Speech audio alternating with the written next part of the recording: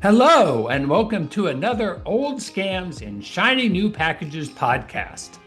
On these podcasts, we use 20th century experiences and ideas to better understand 21st century scams, risks, and potential approaches. My name is John P. Rayberger, and I'm here with my podcasting collaborator, Don Wood. Hello, Don. Hello, John. Looking forward once again to a interesting conversation with you. Thank you. Today, I would like to talk about cookies. And there, in my experience, has been an explosion of interest in cookies since about 2019 when everybody started having to click accept all on each website. Suddenly, they didn't have to do it before. And there's been endless conspiracy theories about what cookies are and how they're used or misused. I think it's important to understand the background of cookies and why they were created in the first place. And that it all comes down to the idea that businesses want to customize their goods and services for you. And this has been going on for, I'm tempted to say centuries, but I know it's been going on for at least decades. And I have experiences from the 20th century that kind of illustrate it. In that, for example, I lived in Germany in the 80s for a few years. And in Germany, if you went into a restaurant back then, you saw this little placard on the table. And the placard said Stammtisch. And what it was is I went into these restaurants and I saw this Stammtisch and I thought that was somebody's name. So I'm going, wow, I'm in all these restaurants. This Stammtisch guy must be really important, or the Stammtisch family must be really important. So I don't know who they are, but I better not mess with them. Well, as it turns out, Stammtisch is just German for basically regulars. And so the regulars had their own custom table set aside just for the regulars because the restaurant wanted to have a customized experience for them. The other thing is I remember back in, I forget, the 90s, there was this TV show called Cheers. And in the theme song that they played at the beginning of it, it was about, Cheers was about a bar and how everybody used to come in there and talk in this bar and say funny things. Well, at the beginning of the Cheers theme song was this line of, you want to go where everybody knows your name. Yes. So the idea being that you're a regular in this bar and everybody knows you and they'll customize the experience for you.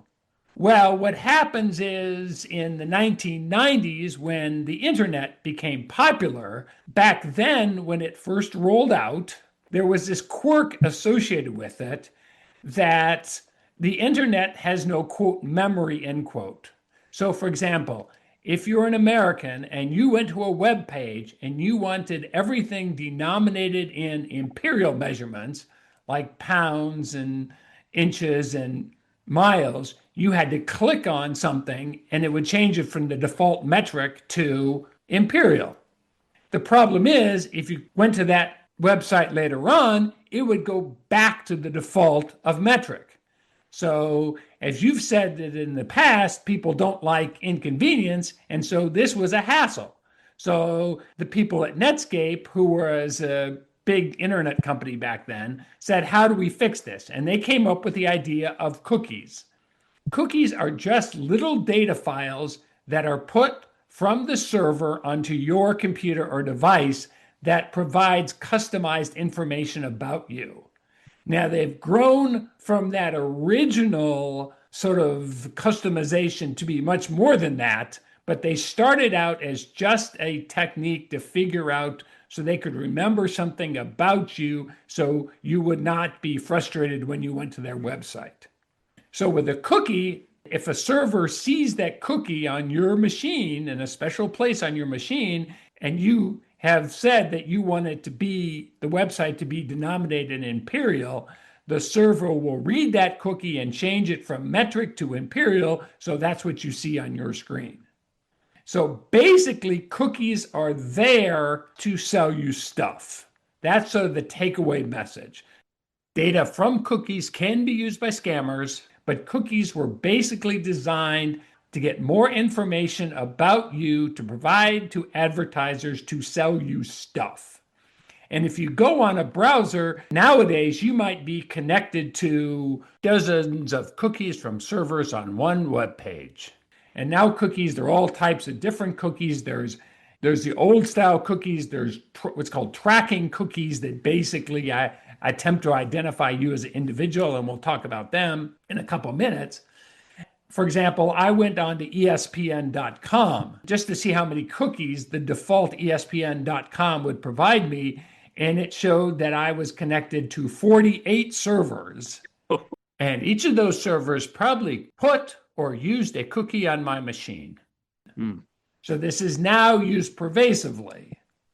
This became an issue about a decade ago in the European Union because cookies grew over the decades from the original attempt to sort of make it convenient to you to be able to collect much more data about you.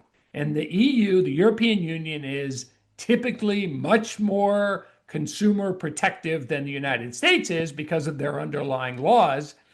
They said, oh, wait a minute, these cookies can actually be used to essentially violate your privacy according to their laws. So they put together this rule called the General Data Protection Regulation that said basically, as of 2019, people had to opt into cookies rather than the old way was opt out.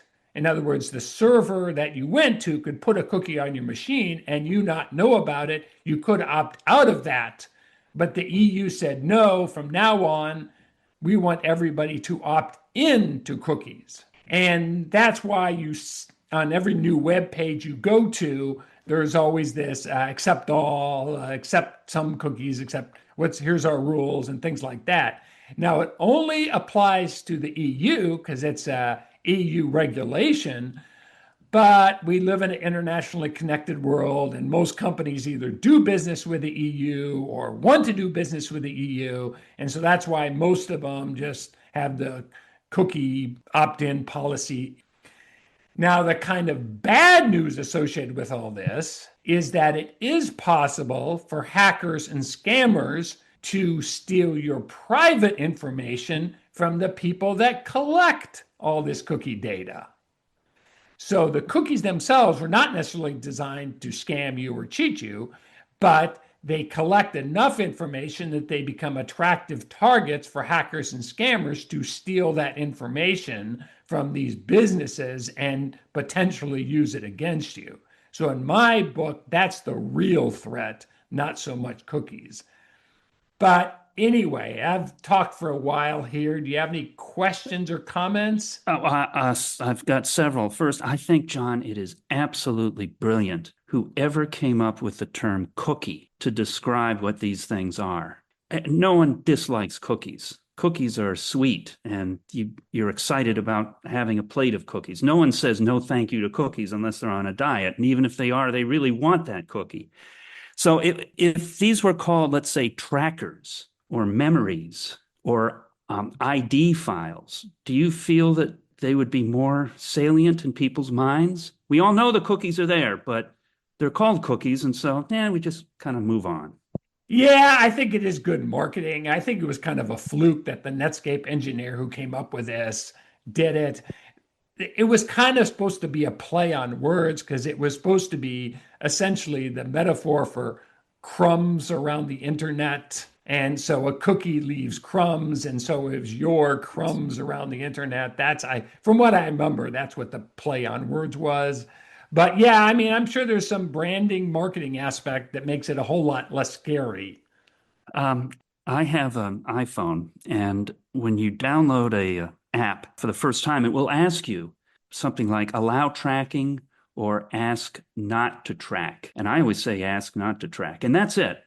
Is that the same as saying no to cookies on my phone? Kind of. Apps are a little different. Now, cookies are basically used on the website. Apps use something like a cookie, but it's much more customized because you are downloading their software. You're either buying it or you're downloading it for free. So they basically use cookies for apps, but they also use other tracking technology that is more unique to their app. Does that make sense? So I'm going to call them truffles. I'll call them truffles. Yeah, I don't know what the technical word is. It's probably a variety of tools used by a variety of organizations. But apps are a little different. Cookies are basically used more on the internet for websites. When Apple rolled this out, I guess it was 3 or 4 years ago, there was controversy. But the companies who were creating these apps didn't want that question to be asked. But Apple persevered. And so that question is asked every time you download an app. Does that work also in Android? Because I think you're an Android man. Yes, I'm an Android. I don't remember seeing it, although it may vary by the company and the app.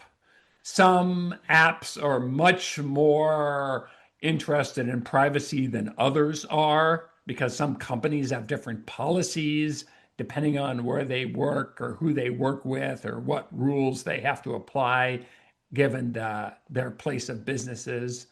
They all use some kind of tracking mechanism, whether it's cookies or technology that is built into the apps. Data about you is very valuable to sell you things. If there's one takeaway message is that the data is not used necessarily to abuse you. They want to sell you stuff.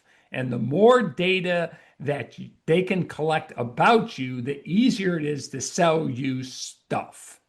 And it's one of those things that feels kind of scammy when you're in the middle of it and clicking on all the accept all but by and large, they're not there to steal things, they're there to sell you stuff. So they're not little things spying on you, little worms in your computer trying to figure you out, or are they spies? Well, it depends. I mean, it depends on the laws of the country. In the United States, by and large, they are not spying on you because except for a few narrow domains, you generally do not have a right to privacy. In other countries, China, for example, where basically there is no right to privacy, there is no Bill of Rights, it is probably something more akin to spying on you because they have a legal right to know everything about you because there is no Bill of Rights. And the EU, European Union, and other countries are somewhere in the middle there. So it depends on what you actually mean by spying. Because remember, most of the cookie data is provided by you. So you are providing a lot of this data to the company voluntarily. So if going back to our example, you said you don't want things denominated in metric, you wanted it in imperial. You are telling the company that, and you are putting that information on their server. So I'm not sure I would necessarily view that as them spying on you if you voluntarily provide data to them. Yes, that's kind of we're coming up with all kinds of metaphors, but it's sort of digital exhaust, which I know we're going to get to soon. But so you had 48 servers dropping cookies when you went to ESPN. I often see on my Safari browser, when I load a website, down at the bottom left, I can see all of these servers being connected. Yes. And servers I don't recognize. I don't know who they are. So is that the dropping of cookies? Are they dropping cookies there? It can be, yes. Some can share cookies. Like in the United States, cookie data is some of the data used by data brokers to buy and sell information. Right. Most of those cookies that you see in the browser are advertisers. Let's say ESPN.com has deals with all these advertisers. And so when you go to ESPN.com, they have deals that, okay, you can advertise in this space. And by the way, you can put a cookie on their device to keep track of it. So if they come back again, you kind of know how often you're going to their website and whether you click on one of their advertisements and things like that. Okay, so that sounds okay to me. What I wonder about, though, John, and makes me a little nervous, is of those 48 cookies that you got from ESPN, do those cookies track what you do after you leave the ESPN site and move on to other things? They can, because what happens is the companies can sell that cookie data to other companies. And the big one it's built its reputation on buying cookie data is Facebook. So that's why even if you don't go to Facebook.com, Facebook can still know a lot about you Yes. by buying cookie data. Oh, Now, yes. remember, buying and selling this data is not illegal. You voluntarily went to that website. You probably voluntarily provided cookie data to them. All they're doing is trying to make money by selling the data about you and your habits to Facebook. And Facebook collects up all this information and uses it to get more details about you so that it makes it easier to advertisers to sell you stuff. Hmm. And that's how the world has changed dramatically in that what's really behind cookies is advertising. And the advertising world has changed dramatically, and I have an example of that. My wife has a horse. She's always loved horses. We're at the stage of life, a level of affluence where she can have a horse. And a horse is a luxury item. It's like a man having a sports car like a Ferrari or Lamborghini or something like that. But that means that very few people in the United States, only about 1% of the population owns a horse. So let's say you're a business and you sell saddles. How do you advertise your new saddle to people who might be interested in buying your saddle? The old way back in the 1980s or 90s or in the 20th century was to either buy a page on a magazine, Horse Lovers Quarterly, or to buy a ad at the Olympic event that maybe has equestrian events in it. But it was pretty hard to sell your saddle and related equipment over the popular broadcast media because it was such a niche market. And so what's happened is nowadays, let's say you go on a Facebook group that is Horse Lovers of Maryland, and you're on that Facebook group. Well, advertisers know that you're much more likely to be interested in buying a saddle. So Facebook can use that and other information to sell you things when you go to that Facebook page. And so the advertisers don't have to spend a lot of money on broadcast advertisements that are basically useless to most people. Matter of fact, the joke back then among advertisers is half of all advertising money is wasted. They just didn't know which half. Right. But now they don't have to spend as much money to communicate or market to a well-known group of people who might be way more interested in buying their specific products. The 20th century analogies are good because it reminds me of the old-fashioned mailing list. So in your example, the Horse Lovers Quarterly went out quarterly to people who loved horses, and they had a mailing list of 2 or 3 or 10,000 people or more. Other companies could buy those mailing lists and then send out their flyers to those people on the list. They were that's very valuable information. So essentially what we're saying here, John, correct me if I'm wrong, is that these cookies are more or less tools for a mailing list. Only it's a cyber mailing list. Yeah, it's more detailed than that because they can manipulate the data and merge the data and find out much more detail about you. For example, as an advertiser, let's say I'm selling an expensive saddle to people in Maryland. Well, I want to make sure that they have enough money that they can buy this expensive saddle. And so what I would want to know is who among the people on this Facebook group, what their income was. And Facebook might be able to tell that by buying information about the neighborhood where people live. Because if they're in a more affluent neighborhood, then they're probably more likely to be able to buy an expensive saddle. They also may be able to buy information about if this person goes to popular equestrian websites. If they go to multiple popular equestrian websites, then they're really into horses and they are aware of the value of having a more expensive saddle. And so they're much more attractive in terms of selling things too. So the more information they can collect that from you using cookies, the more detail they can get in terms of providing advertisers the means of selling you things. So 10 or 20 or 50 years ago, there was that phrase, how I stopped worrying and started loving the bomb. Something Doctor, like that that. was this Doctor Strangelove movie. Dr. Strangelove. And so the bomb was nuclear weapons were and still are a big deal. People were afraid. What do you do when you are confronted with a brand new website and it asks you about cookies? Do you I, say, I want the essential cookies only? Do you say no tracking whatsoever? Do you open it up and make those decisions? Or you just say, I don't care. Drop as many cookies as you want.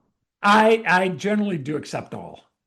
I am not as worried about cookies as other people. I think some people have a genuine worry about cookies that is legitimate because the data can be stolen on the back end or even what's called scraped sometimes, but I'm not going to get into scraping. But if all it is that you've looked at Horse Lovers Quarterly or you went to an equestrian event, if that's all it is, that's pretty anodyne information. That's sort of harmless.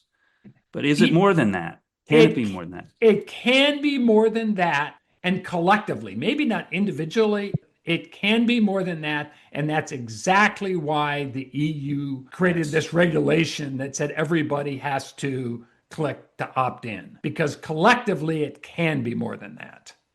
But as far as your personal behavior is, and you know a lot about this, you stopped worrying and learned to love the cookies. Yeah, I stopped worrying and learned to love the cookies. That's a good way to put it. Shout out to Dr. Strangelove. Yes.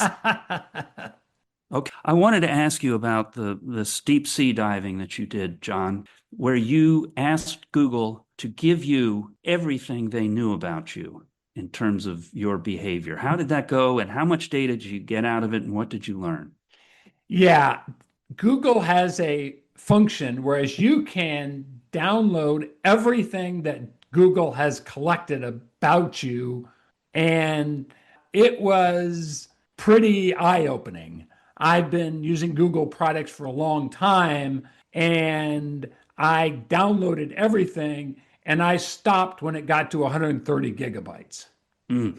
So it was enormous. They Mm. basically collect everything about you. And I mean everything. I mean the ad that you saw when you went to a page a decade ago, that type of thing. Every click, every page. And they collect that type of detailed information so that they can provide it to advertisers and provide a lot more information to advertisers to sell you stuff. And as the saying goes, if the product is free, then you are the product. And I buy some Google services and products, but I'm obviously a product that they sell to advertisers via this enormous data collection. I would encourage people to do so. This is not just unique to me. Anybody can download their data. You have to sort of dig around a while, but you can do it. But it's a lot of data. How did you get, just in the physical capture of all this, where did you put 130 gigabytes of data? I did on my laptop, and I put it on my laptop, and I couldn't look through it all, but I looked through samples of it to make sure it was like valid and accurate. I know approximately what I did a decade ago and the websites I went to, and it's accurate. I Mm-hmm. mean, they have every incentive to make it accurate. And it's accurate and it's readily available. It is really amazing how much all the information they collect about all your searches and all your mapped usages and Mm. documents and everything.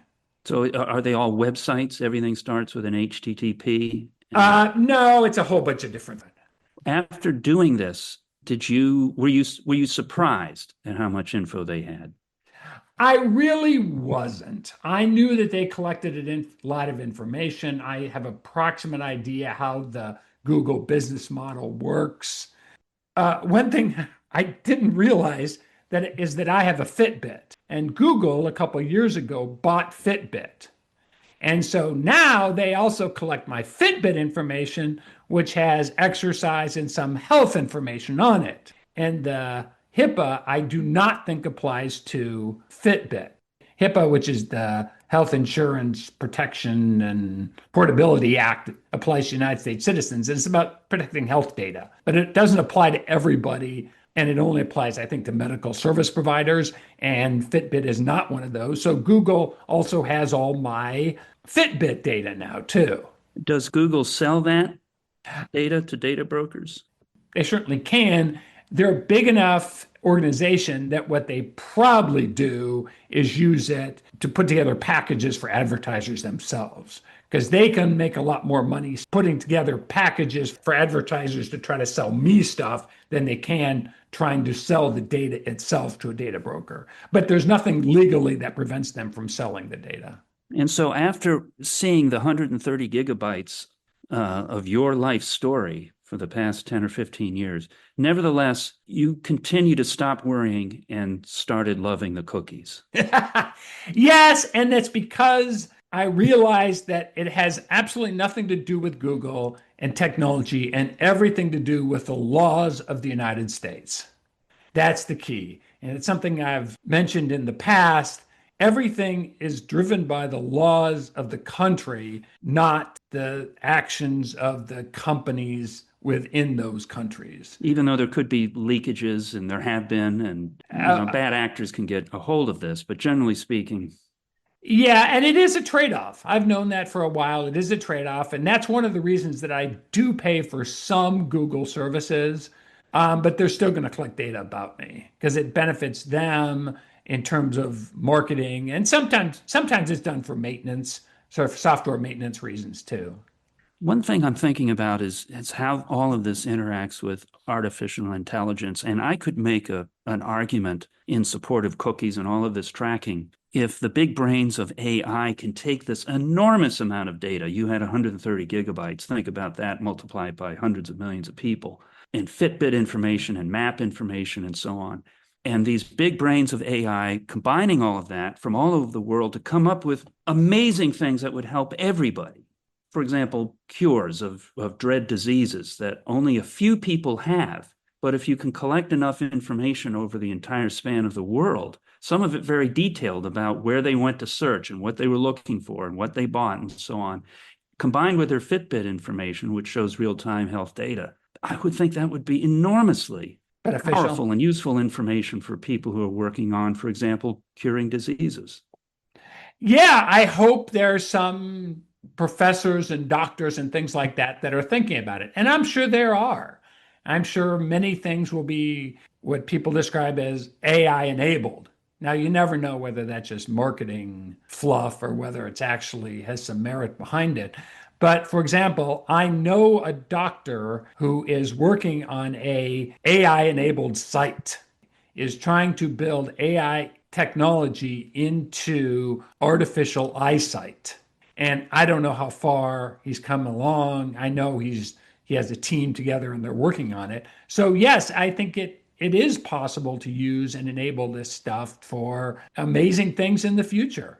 And I hope some smart and well-meaning people are working on it. And I hope they make a pile of money because they're successful too. Getting back to the cookies, I use Safari.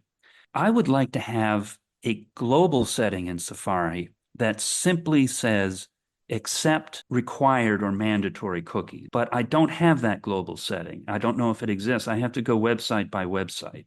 Yeah, it totally depends on what you mean by required. Required by who? Required by you? That may be a little different, and it may depend upon the website you're looking at or the type of website you're looking at. Each website has its own required cookies in order to function properly. Well, the term required is pretty loaded. There are about a dozen different types of cookies, and I'll put a link to that in the show notes. Good. But they all perform different functions, and it depends on whether you think that those functions are required or not, is what it really gets down to. Or mandatory. That's another phrase, mandatory. Yeah, none of them are mandatory, but it depends on what you mean by mandatory. Mandatory for the page to work, mandatory for it to be customized to you. Strictly functional. That's another term.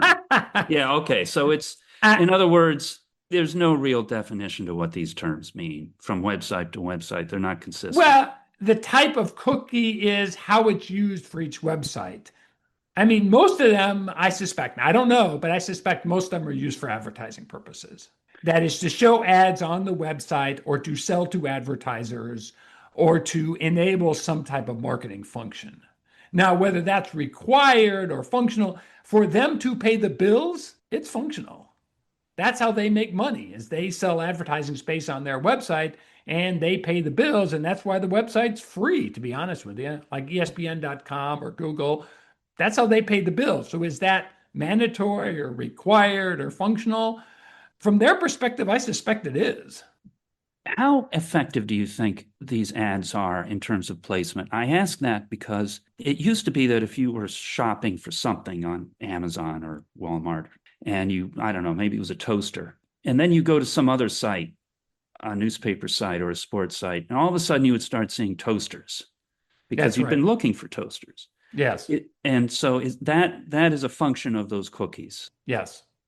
How effective do you think that is? Because I've noticed just in my own past, I don't know, 2 or 3 years, and I've been shopping for things, for example, a new modem or clothes or whatever it happens to be. I personally am not seeing as many of those echoes in terms of ads on other sites. I'm not seeing the toasters and the modems and the so on, things that I had bought. Why do you think that is? Is that because I'm saying no to those cookies? No, it becomes because they're getting better at sort of sorting all that stuff out. And the original question is it effective? Yes, it's very effective. That's the reason why Google and Facebook and all these other companies are trillion-dollar companies. It's because it's very, very effective, and that's the kind of detailed data that advertisers want. The other thing, too, is fewer people are on things like broadcast television and broadcast radio and things like that. I think the level of use of broadcast TV via cable or dish or something has fallen below 50%. Right. Yeah. And so, yes, that advertising is very, very efficient and very effective. And it works. For example, my wife, she goes on her Facebook page and she sees advertising for her stuff and she buys it. And it works. I'm not having that experience, and I'm happy that I'm not having that experience. And I'm wondering why that is, because I do spend time online and I shop all the time online nowadays, not just Amazon, but others. And I'm not quite seeing that kind of online advertising. It's not working for me for some reason. And I'm not complaining about it. Maybe it already knows, John, that I bought the product. And so it doesn't want to bother me anymore with it. I mean, it could be. It could be. It could be. Well, you are the blessed one, but okay, then.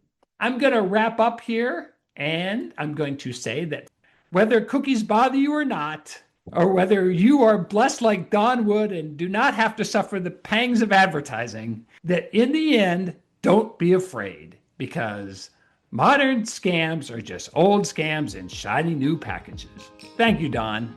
Thanks, John. And I'm headed to the kitchen. I'm going to have some Toll House cookies right now. Okay. See ya.